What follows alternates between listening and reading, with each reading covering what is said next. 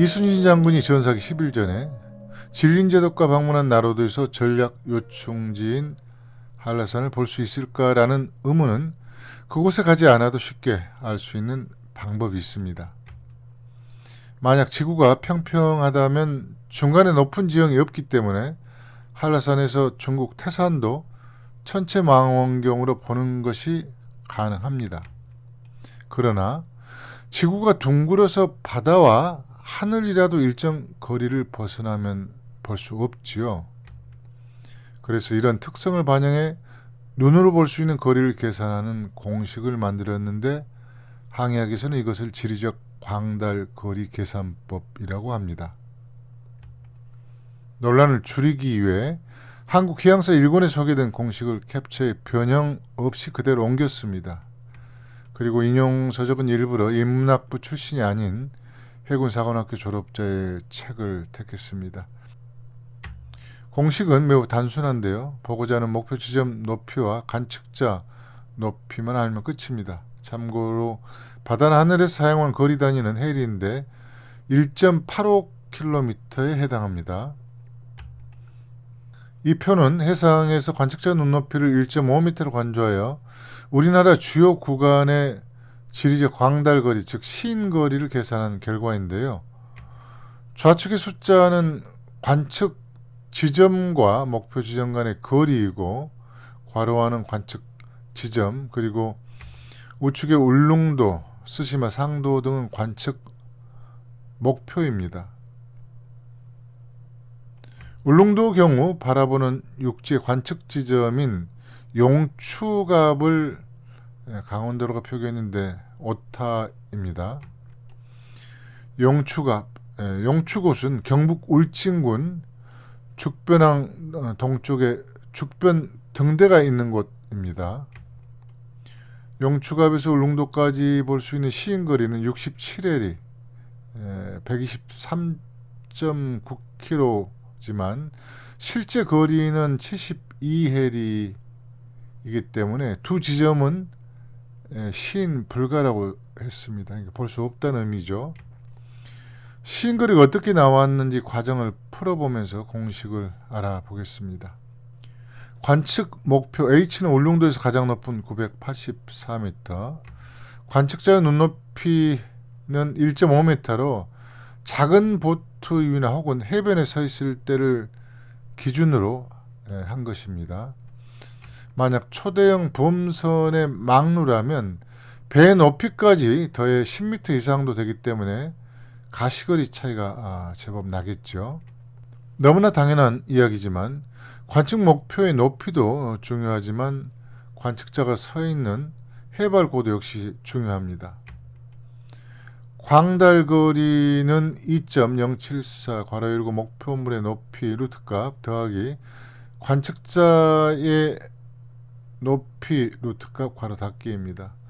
루트값이 나오는데 실제로는 더하기와 곱하기만 알면 됩니다.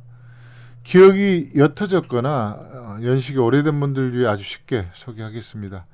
공식에 목표 높이와 관측자 높이를 입력하면 가시거리는 2.074 괄호 열고 성인봉 높인 984m 제곱근 더하기 기본 높인 1.5m 제곱근 괄호 닫고입니다. 이제 각각의 루트 값만 알면 되겠죠. 굳이 루트의 개념을 상기할 필요 없이 컴퓨터나 스마트폰에 기본적으로 내장된 계산기를 활용하면 됩니다. 갤럭시 공학용 계산기를 가지고 했는데요. 먼저 루트 버튼을 클릭하면 화면처럼 우측 상단에 루트 기호가 뜹니다. 이어서 성인봉 높인 984를 입력합니다. 그러면 그 아래에 루트 값이 이렇게 나옵니다. 같은 방법으로 루트 버튼을 클릭한 후에 1.5를 입력하면 1.224가 나옵니다. 이제 더하기와 곱하기만 하면 결과를 얻을 수 있겠죠. 가로 안에 더한 값과 2.074를 곱하면 용추곶과 울릉도 성인봉 구간의 가시거리 값인 67.6캐리가 나옵니다. 해리를 익숙한 킬로미터로 환산하기 위해 1.8을 곱하면 125km인데 두 지점의 구간 거리가 약 133km이기 때문에 8km가 모자랍니다. 그렇기 때문에 볼 수 없는 거리, 시인 불가라고 한 거죠. 용추곶은 관측자 높이가 낮지만 북쪽으로 약 20km 지점에 있는 소공대는 해발이 320m입니다. 소공령 정상의 소공대에는 역사적으로 많은 시인 문사들이 울릉도를 바라보며 시를 읊은 명소로 알려져 있죠. 그런데도 보이는지 아닌지를 두고 오랫동안 옥신각신했다고 합니다. 만약 지리적 광달 거리를 계산했다면 논란이 필요 없었지 않을까 싶습니다. 물론 계절과 일시에 따른 기온이나 기압, 습도 등에 따른 편차는 존재합니다. 특히 고대와 비교하면 미세먼지로 인한 가시거리의 차이는 상당히 클 것으로 예상합니다. 앞에 공식으로 울릉도 성인봉은 동일 높이, 관측 지점인 소공대는 320m를 적용해 지리적 광달 거리를 계산한 값입니다. 눈으로 볼 수 있는 거리는 165km로 두 구간의 거리보다 25km 더 길지요. 대기가 오염되지 않은 고대보다는 덜하지만 여건이 맞는다면 소공대에서 충분히 볼 수 있다는 뜻입니다. 그렇다면 보는 사람의 눈높이와 목표 지점의 높이만으로 볼 수 있는 거리를 계산한 공식, 지리적 광달거리 계산법은 실전에서도 유효할까요? 이 사진은 이효웅 선생께서 2010년 10월 소공대에서 촬영한 울릉도의 모습입니다. 봉우리 끝만 보이는 정도가 아니라 섬 전체에 윤곽이 잡혔죠. 시인거리가 구간거리보다 25km가 여유 있는 결과라고 보면 될 것 같습니다. 이 사진 역시 이효웅 선생의 작품인데 9년 후인 2019년도 촬영 것입니다. 앞의 사진보다 울릉도의 형상이 굴절 없이 더 선명하게 보이죠. 지금까지는 육지에서 울릉도가 보이는지 알아봤습니다. 그럼 반대로 울릉도에서 소공대가 보이는지 계산이 필요할까요? 필요하지 않습니다. 관측자 관측 목표는 바뀌더라도 가시거리는 동일하기 때문인데요. 다만 목표 지점이 더 낮거나 혹은 높으면 어떤 변수 요인이 작용하는지는 저는 아직 파악하지 못했습니다. 아는 분이 계시면 댓글로 공유해 주시면 고맙겠습니다. 울릉도에서 육지로 볼 때 포인트는 백두대간인데요.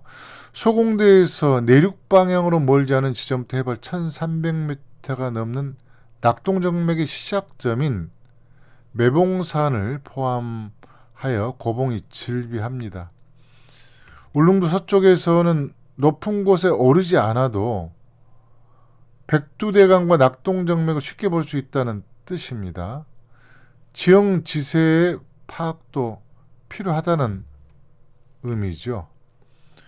이 사진은 김철환 선생이 울릉도 학포항 근처에서 촬영한 것인데 촬영인 해안에서 멀지 않은 해발 150m 지점이라고 합니다. 앞서 소개한 것처럼 백두대간이 길게 펼쳐진 모습이 보이죠. 이제 원리를 알았으니 이순신 장군의 해군 첫 부임지자 전사 10일 전에도 머물렀던 흥양, 지금의 고흥군에서 한라산을 볼 수 있는지 확인해 보겠습니다. 관측 지점은 발포진과 나라도 사이의 해상으로 잡았습니다. 주변에는 400m 이상의 봉우리가 있습니다만 관측자 높이는 가장 보수적인 1.5m로 잡겠습니다. 목표 지점의 한라산 최고봉 1150m, 이순신 장군의 시선 높이는 1.5m를 대입하면 가시거리는 174km입니다. 구간거리 150km 대비 최소한 24km의 여유가 있죠.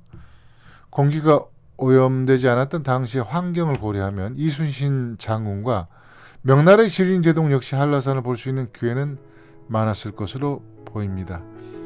특히 삼도수군 통제사의 위치에서 왜군이 제주도를 거점 삼아 추자도, 맹골군도 흑산도를 우위하는 전술 변화에 대한 경계를 늦추지 않았을 것으로 추정합니다.